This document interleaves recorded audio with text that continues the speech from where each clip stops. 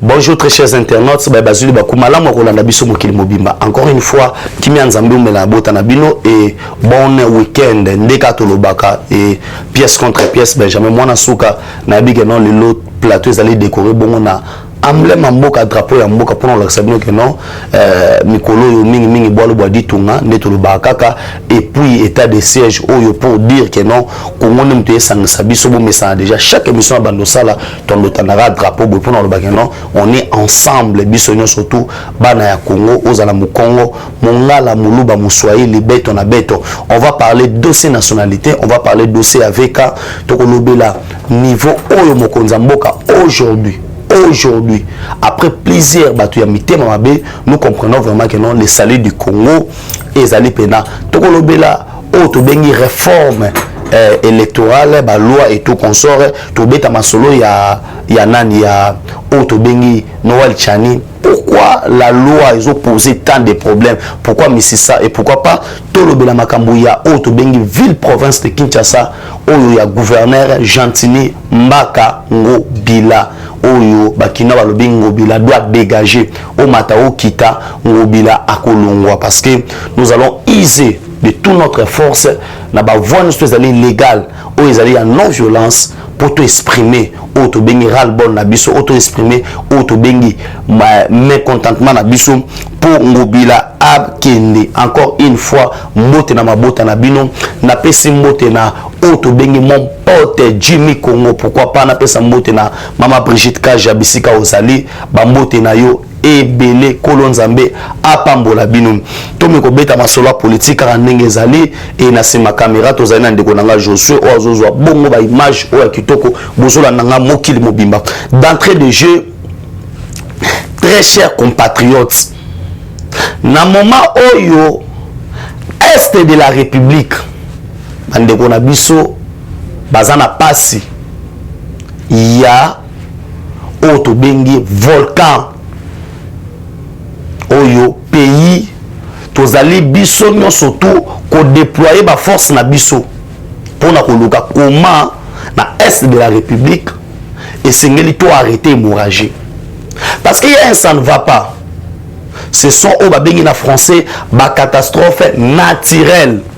Eza fati muto kanaki yangote la rozwa mokonza mboka mandat na yaloba ete que non na 2021 volcan koya non. Eza ba biloko moko ezali naturel o ekomeli biso. Nous faisons face ya ba biloko wana.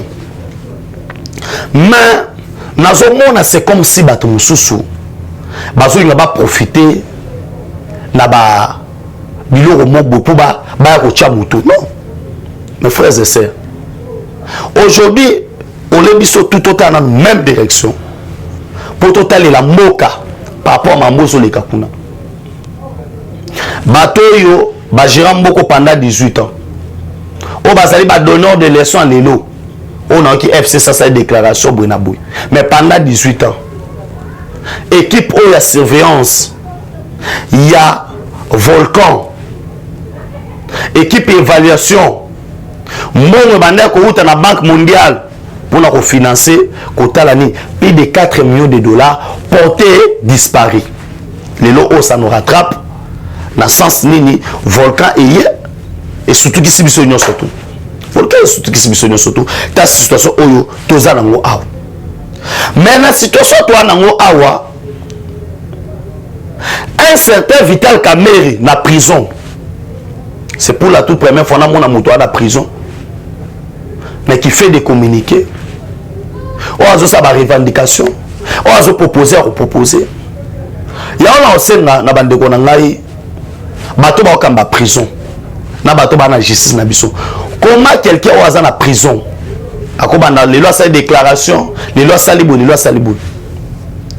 Kamerhe demande le dialogue pour nous résoudre les lots crises.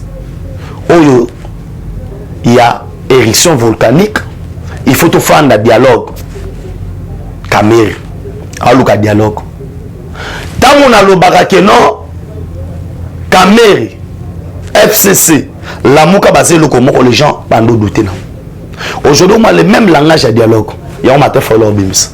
Le même langage de dialogue, il y a un Kamerhe azo bimis. Ça veut dire tout faire un dialogue, tout tient assez. bato mosusu babima na prison mais aussi lota bayibaki mbongo. Chose grave na moment toluka solidarité moto azobimisa bato marche ya likambo nini, marche ya basoutenir ye moyibi mais veka lelo oyoyo tant que par exemple baloba non tosenga procès à public. Le procès public mbongo uta na trésor public oyo dépense za surplus kamere procès na ye eleka na public ozwaka ba moyen de défense na yo nyoso. Kamere était incapable ya ko se défendre ya ko lakisa biso ke non aibité. Et aujourd'hui baza concentré na mambo est bon moi na distraction, ça ce sont des pires distractions. Public ou pas public ozala ba argumenté. Kamera kenda 5e bri à Tchabou na parquet 5 minutes oui maté pourquoi et je dis nazoba attention na ba ressortissant 2 quelqu'un qui nous bouffe de l'argent muto ayibi biso mongo mais bino ba ressortissant 2 bimi na bino na balabala pour bosser n'importe quoi, pour réclamer liberté, il y a muto aza prisonnier politique mais c'est un voleur. Aujourd'hui, na dossier Bukangalo Zukamira aza cité. Ba tracteur qui une affaire menaye.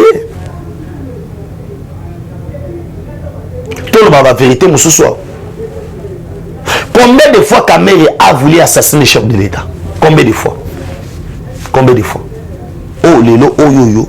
Boya obisanga que non, caméra bima non, eza mamsutoko bana prester, ça fait très mal. Tout tika ba maramwana, ezanga na motina. Caméra aluka ki dialogue esimbité. Caméra aluka ki lisusu lors de consultation, OINC va participer, ba senga vita caméra bim. To boyaka. Souka nango les gens ont revenu à la raison. Et c'est pourquoi je dis que notre dossier VK ndenge justice a décidé. Soit on télévisé, on ne peut pas commencer à dépenser de l'argent pour la motumoboué à comme il la prisonnier moro vedette, prisonnier moro spécial. Or c'est un mafieux, c'est un voleur, quelqu'un qui a détruit. Ba manœuvre non surtout ba la carte rosala ba ressortissant de bazo que nous coûtana ba to butu non to bisa vital caméré toujours kebisa bino. To kebisa bino. Na côté maman la question nationalité. Je vais encore en parler aujourd'hui. Mes frères et sœurs, natikali komona na no place moko te na mboka na monde. Oh batu balingi ko protéger mboka na bango te. Moko pendant 18 ans to uti na système ya étranger ko ya beto mbata. Chinois à cause de l'Oyalingi, pour Nanini, il y avait un système où ils ont établi pour détruire l'initiative Yabana Mboka. Par exemple, sur le plan commercial, on comprend que non, Congo, biso ba Congolais, ba commerçant makas bazay sauté. Ndé tozana à l'époque na papa na biso Lusakivana, ndé tozana papa na biso Kansebu bazay sauté. Ba compagnie minene, ndé tozana ba Orgaman, ndé tozana ba économie du peuple, ba nie ezaka sauté. Comme nango ba indien, ba pakistanais, ba chinois, tout ça ezaki nini? Ezaki auto bengi système. Système nango ezaki nini? Ezaki ya koluka en sorte que ba étranger ba dominer sur ba congolais. Au moins bato tout na tangeli wana. Ba koya na permis d'exploitation ezaka moko. Ba ko sala 10 entreprises. Na kata 10 entreprises na bango ba futa taxe ya entreprise moko. So ba na douane ba déclarer par exemple non biloko na biso ezali 100 tonnes. Na 100 tonnes wana ba ko tsata 1000 tonnes. Pour anini le reste wana ezakaka ba falsifier ba document. C'était un système où betabisaki. Sikoyo na okabana poto balelaka. Président qui tire biso douane, président qui tire biso maï, c'est simple. Qu'est-ce qui se passe? Et là on va ko lekezali ke na niveau économie na biso. D'abord licence on permet à muto ça l'économie librement na Congo, ba pesa ko exclusivité na groupe Congo Futur. Na kata groupe Congo Futur wana ndo moni ba un certain Abed Achou ba san ba na kati. O ba kanga secteur économie. Ce qui fait que quand on a kolela maïza ya komata.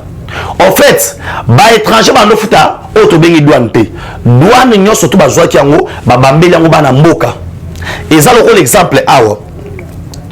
Aujourd'hui, les gens qui nous parlaient, na makambo etali social, tozo liate, Fachi vient de frapper très fort sur la table. Nako kiti ça va bien surtout à 50%. Na Congo bako sayote, exerce na vol national te ou les $150. Là j'applaudis. Fachi béton. Béton.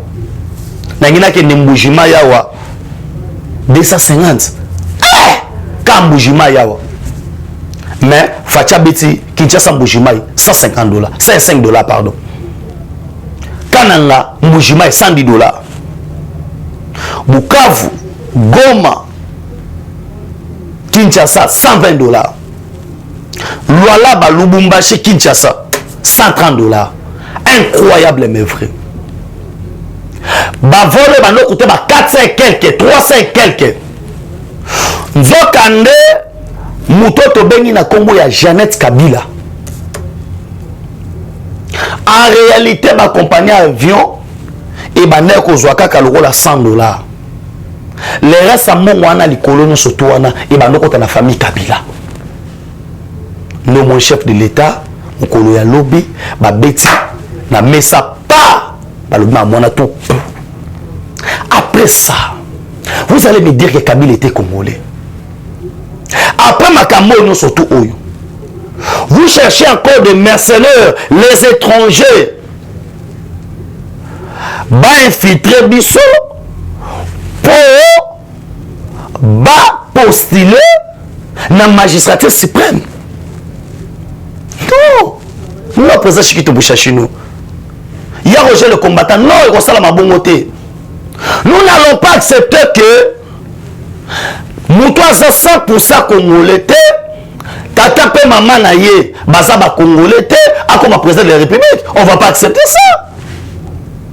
On ne va pas accepter. Parce que ça a beaucoup de conséquences. N'a pas subi nos conséquences sur les alliés purement économiques. C'est pourquoi le chef de l'État avait dit que non, je dois rendre les Congolais devenir des millionnaires. Il veut que des Congolais soient millionnaires. Or, na Congo, ils vous viennent avec 0 francs dans la poche. Ils deviennent des millionnaires, des milliardaires ici chez nous. Ici chez nous. Tout le monde a chinois, indien.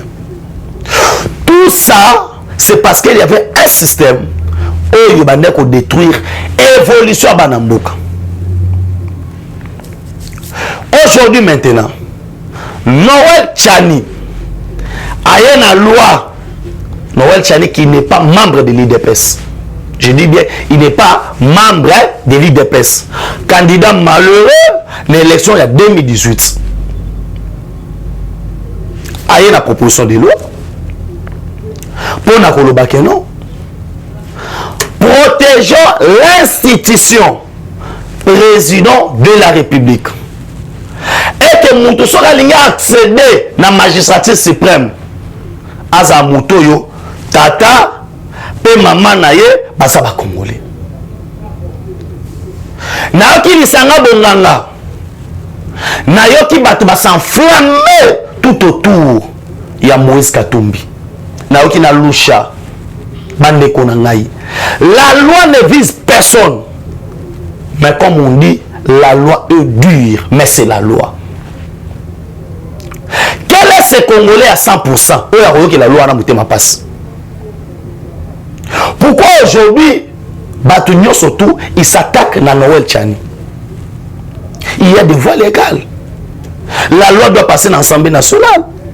D'ici quand qui sont contre, qui sont pour. Soit qui est raté dans l'Assemblée nationale, tu aussi dans un référendum. Bisika Wap aujourd'hui, avec toute l'infiltration, les pays, on a plusieurs difficultés à cause de l'infiltration et bateau azaba congolais. Moto azali congolais 100%. Ma décision na rozongo na pèse exemple lelo. Moto azali 50% Zambien, 50% congolais par exemple.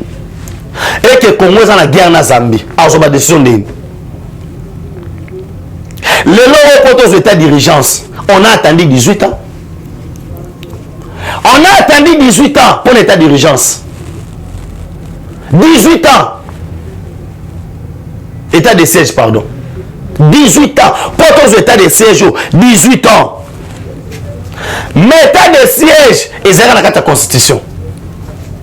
Pour la nini, mouton mande ko régner na Congo. Azalaki congolais té. Inscrit na kati ya rapport Mamping, page 70. Lukawana bomona pena bakomi bien Hippolyte Kanambe Kazembere alias Joseph Kabila na kati ya rapport Mamping.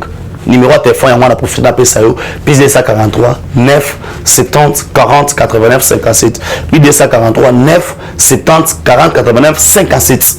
Notre rapport Mamping autant. Inscrit na kati ya rapport Mamping que Hippolyte Kanambe wana mundele ni mtakomi ngai te.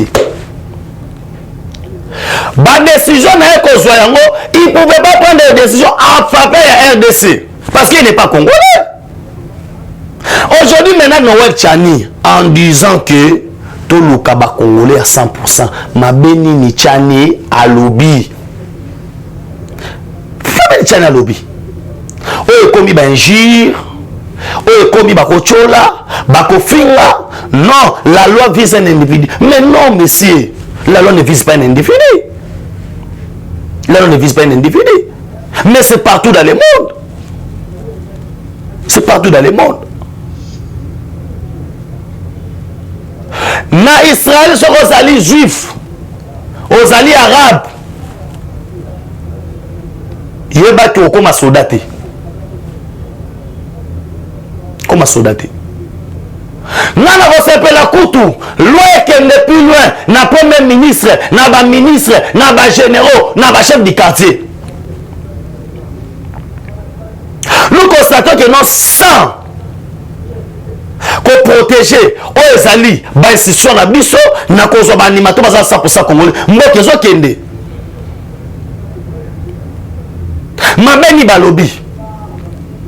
Na Congo to sanga awa évoluer zalia ozomona ke bato bazo kota ba misuba zo bima. Il y a beaucoup de risques. O ba Rwanda pe misuba ko kota, o bato misuba ko kota. To sanga na ka bongo na liboke, to keka na babuzo bango nde to mesana po to bimisa président o aza 100% congolais. Pourquoi?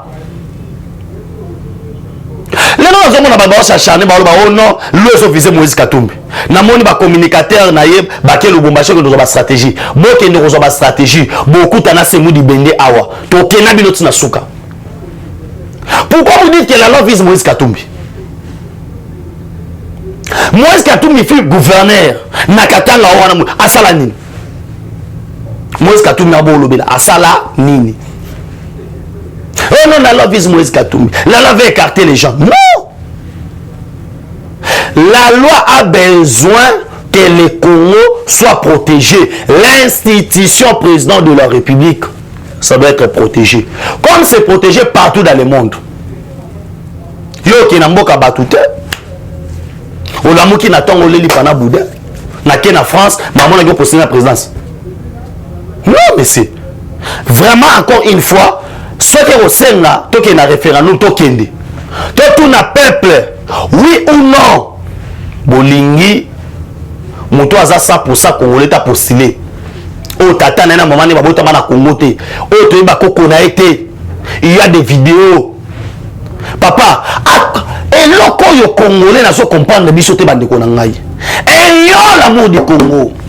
Et mon autre parti. Et mon autre parti. Patrie, pardon. Nous devons aimer notre patrie. C'est notre pays. Oh, le biso photo mi pesa corps et âme pour défendre ce pays. Jusqu'au sacrifice suprême, aimons notre pays. Comment tu retika mboka lelo et qui n'a mboka bapaya? Parce que ba opesa bato moko ba billet de banque ba défendre bango. Kende to la mukanatonga abeda chupa pour la présidence hein. Yom dane libanais hein. To kende bongo. Or, une nation ne peut pas évoluer comme ça. Sans y a patriotisme. Balaki sa rosa ba voleur ou balaki sa bana déjà dès le bas âge. Aimons notre pays, soutenons notre président. Na loi Noël Chanibo Matabo Kita, c'est ça qui va être appliqué. Nazoka Batuba Baoloba dialogue. Mata Faolo, Bosanga na bino na ba caméra na ba kabila bo sa dialogue. Bon qui est en prison Makala, bon ça dialogue. Il n'y aura pas de dialogue dans ce pays. Et puis, Nazoka Bisabatu, oh bah comme chantage, oh élection tout le monde est en 2023. Même élection est athée. Maintenant aujourd'hui, tu as un problème pour évacuer tout le monde dans l'Est. Batman a posé faux bisaban, so boye baté. Parce que volcan zo ya sekoya. L'homme écoute gloire à Dieu et quoi qu'il n'a pas mpanza mokité et quoi il n'a qu'à part de viong. Malade volcanique wana. Aujourd'hui, nous avons un sérieux problème dans l'Est de la République. Maintenant, tout ça makambo ya STT, tout ça la makambo état de CST, tout mundela, bande ko basa kuna te, yo na mutu no élection. Nazo bang élection. D'abord, la logique peut tout le temps comme les bisous mongo qui est belé. Et le soir peut causer un moté. Cause un moté.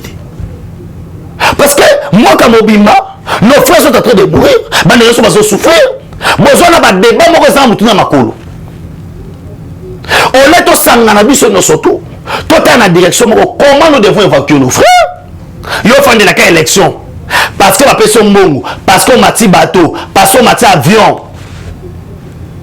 Ah, Fatou to quitter avion mais bah ensemble il y a un autre Sabino qui bah quitter avion il est grand temps botine la biso ba moyen tout ça là haut to bingi ba tourner par-ci par-là dans est de la République na biga ba tomité à Malam Bazali so émission ici le robin na téléphone obi Benjamin ngai na zo assurance na yo futa billet na yo okoma est de la République na zo assurance yo futa billet na yo okoma Lubumbashi okoma Lolaba okoma bo ba billet kitinango bo botinda quelque chose et son abisso.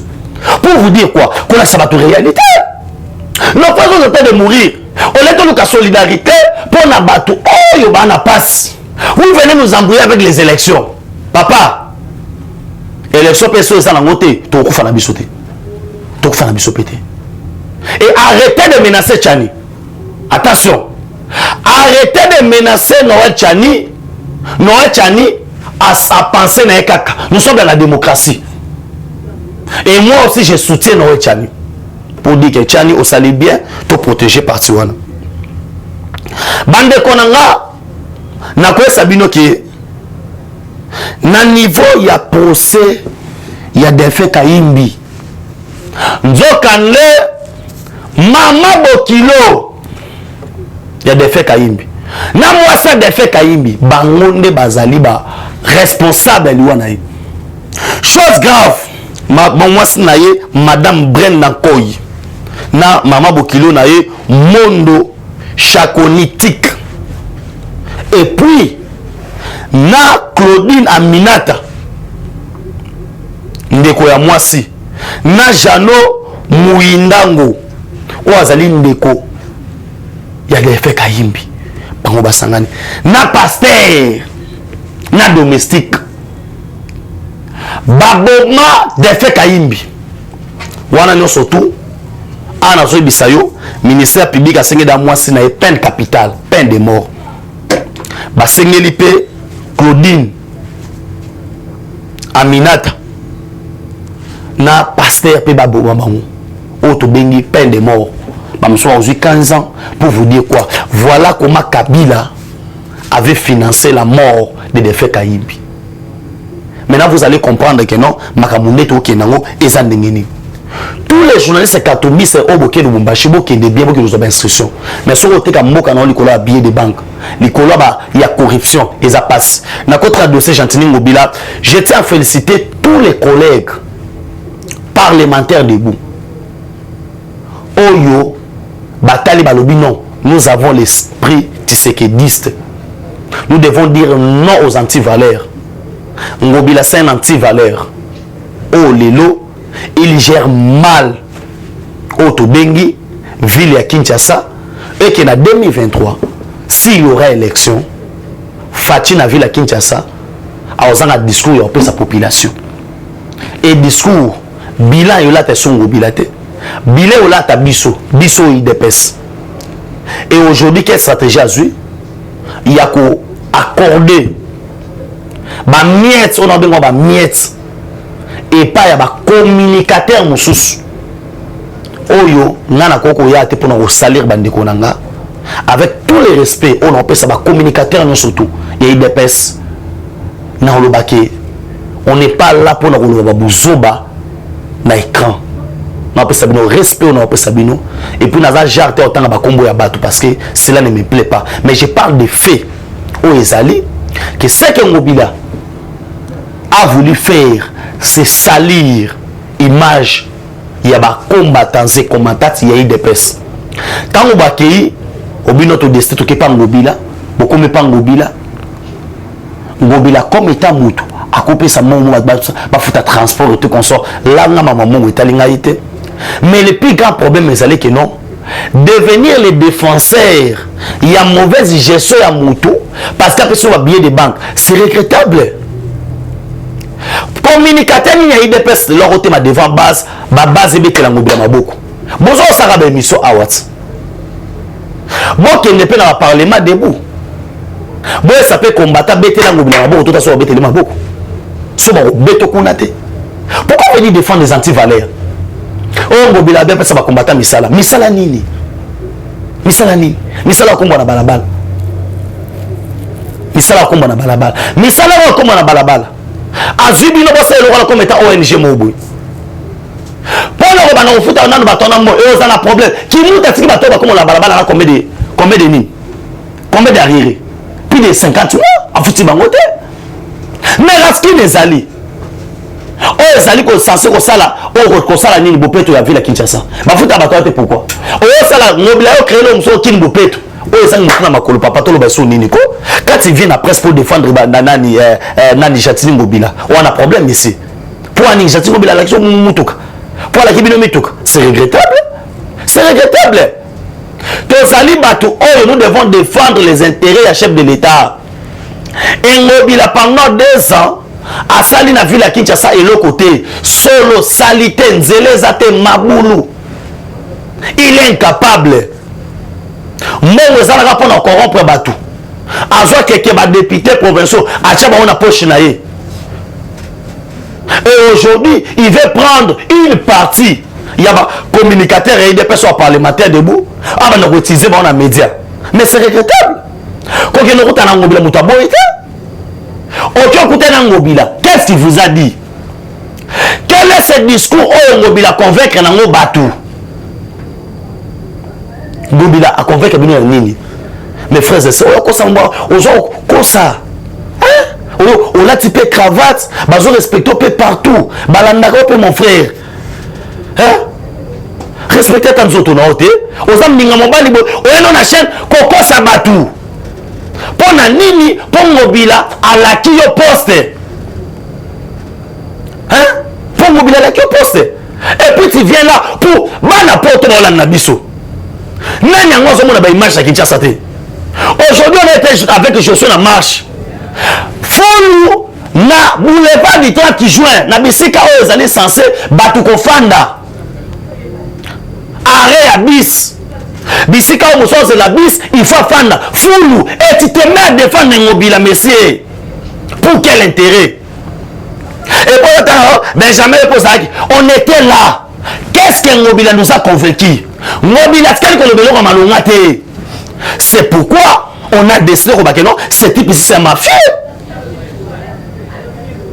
Ngobila tout à tort que non, Naza Kamada chef. Mais c'est Ngobila, les chefs de l'État, ça n'a pas camarade été. Les chefs qui les collaborateurs, ou camarade chef de l'État. Si ne travaille pas pour l'intérêt, il y a le peuple d'abord. Ou travaille pour l'intérêt, il y a Kabila. Termine l'image du chef de l'État. Aux alliés incapables, tu dois démissionner. Et nous allons faire pression à Batunion surtout. Balingi bakot sabiso na bakamarote, o bakadre à part. Non. Nous, tous allés rebelles envers bakadre à partité. Parlementaires debout comme étant structure informelle la carte IDPS. Tous allés dans autonomie na biso ko mener pe action. Et to pas qui des droits, to déposer mikanda na biso, to sali marche na biso pacifique. Personne n'est derrière nous, mais on a vu que non, en 2023, nous risquons d'avoir un bilan et représenter le peuple congolais dans la ville à Kinshasa. C'est pourquoi nous avons dit que non, Ngobila doit dégager, Ngobila Bafoulou doit dégager. Wanabo Matabo Kita. Boya bolo bana média ko finga te, ngana yana fingi mutu te. Na osenga mutu nyonso défendre David Ngobila. O azali parlementaire debout. Na fumoli débat awo. Sangwa Congo ezali awo. Batia na biso journaliste. Yo yaka na ba défense na Ngobila. Ngape na ya na ba anti-valeur na Ngobila. Tout ça débat public à côté biso. Trop c'est trop. Trop c'est trop pour n'importe quoi. Na pesi merci na ndeko nanga Josué. Na bosa te ndeko nanga Rancé, yé moko caméraman, yé moko monteur, so boso ba biloko muto asala kango, ba biloko wana we bandeli wana ndeko na biso Rancé. Na bosa nete o to bengi gisolo tete fumo Italie. Ale mulamba en direct ya Maroc.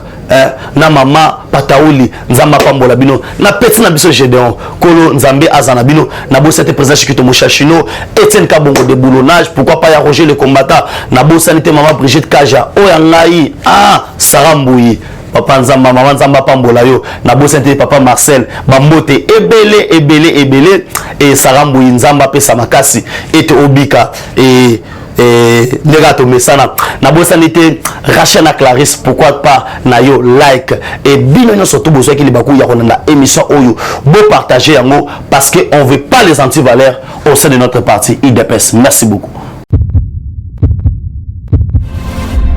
Eshima, votre magazine qui bat au rythme de l'actualité. Édition spéciale au cœur de la lutte contre les détournements des fonds publics et autres faits de mégestion, l'inspecteur général des finances Jules Alinguete est la pièce maîtresse de la stratégie antifraude de l'ère Tshisekedi. Expert des finances, en moins d'une année, Jules Alinguete a su dire halte aux détourneurs, dénicher les fossoyeurs de l'économie congolaise et déjouer les stratégies de vol des deniers publics au point de devenir le symbole de la lutte contre la corruption en RDC. Interview exclusive du numéro 1 de l'UGF. Mission de l'UGF, innovation apportée à l'inspection générale, les confidences des résultats d'enquête, patrouille financière, à qui l'UGF fait-elle rapport, qui donne des ordres à l'IGF, comment contrer les immunités parlementaires, les observations faites dans plusieurs provinces. Des révélations sur le dossier. Bukanga Lonzo, retransmission en direct des matchs Léopard, exonération et compensation, le rôle de l'UGF dans les régies financières. IGF est-elle justifiable devant la justice? Plusieurs questions soulevées et confidences de l'inspecteur général Jules Alinguete Key à lire dans ses numéros spécial Finance. Focus, la direction générale des impôts a réalisé une grande performance en mobilisant 1100 milliards de francs congolais en avril, dépassant largement les 637 milliards de francs congolais leurs assignés grâce à son directeur général Barnabé Mwakadi Mwamba. Bonieme Ecofo-Lucien récompense le mérite de ses agents et cadres dans les buts de continuer à maximiser les recettes. Découverte, ministre de l'Emploi, Travail et Prévoyance sociale, Claudine Ndouzi M. Kembe est plus que déterminée à matérialiser les actions prioritaires de son secteur telles que présentées par le Premier ministre Samalou Kondé devant les élus nationaux. Nation, Dr Jean-Jacques Mbungani Mbanda est médecin expérimenté pour relever les défis sanitaires en RDC. Catastrophe naturelle, Nirangongo, 19 ans après, les larves ont de nouveau coulé. Parité, Antoinette Nsamba, ministre des Mines au cœur de la révolution minière. À lire également interview de Noël Chani, tribune Jean-Pierre Alumba et plusieurs articles d'actualité générale. Retrouvez l'intégralité du magazine Eshima dans les kiosques. Eshima Magazine, un nouveau standard d'information.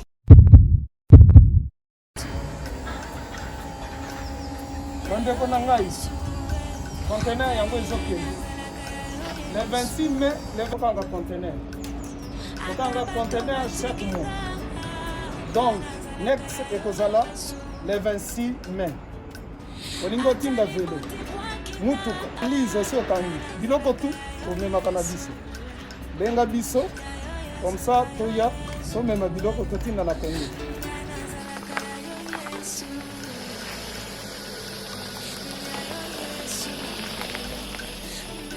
Bandeko kari yango oyo touti kozongo ezokende Kinshasa. Ozana mutuka pesa biso ezoke. Merci. Le 26 mai, mosusu ekwende. Ya 2021 otosana yango. Donc tosalaka chaque mois. Oza besoin na carton benga biso. Biso monene yango. Moyenne yango. Bon moyenne. Yango. Na carton na biso ya muke. Oza na 3 dimensions. Oyo nyonso lingi otinda benga biso tozozwa ba vélo tozozwa ba valise mituka tozozwa donc eloko tout tozomema na Kinshasa. Merci beaucoup. Mutuka vélo salon biloko ndako biloko tout tozomema donc moi hésiter te bobenga biso toza wana mpona kosangana.